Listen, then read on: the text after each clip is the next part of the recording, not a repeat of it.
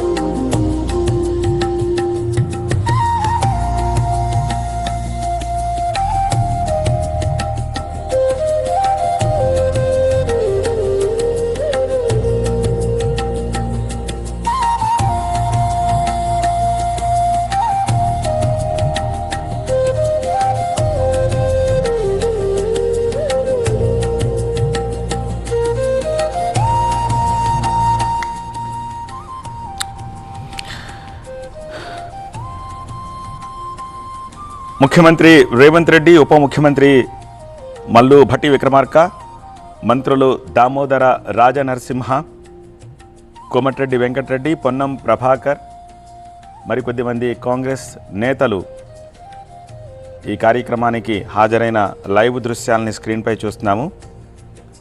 22.5 ఎకరాలలో 1100 కోట్ల వ్యయంతో ఈ టిమ్స్ నిర్మాణాన్ని పూర్తి చేశారు. 1000 పడకలతో 100-200 కాదు 1000 పడకలతో అత్యాధునికంగా నిర్మించిన టిమ్స్లోని 5 బ్లాకుల్లో అన్ని వసతుల్ని సిద్ధం చేశారు.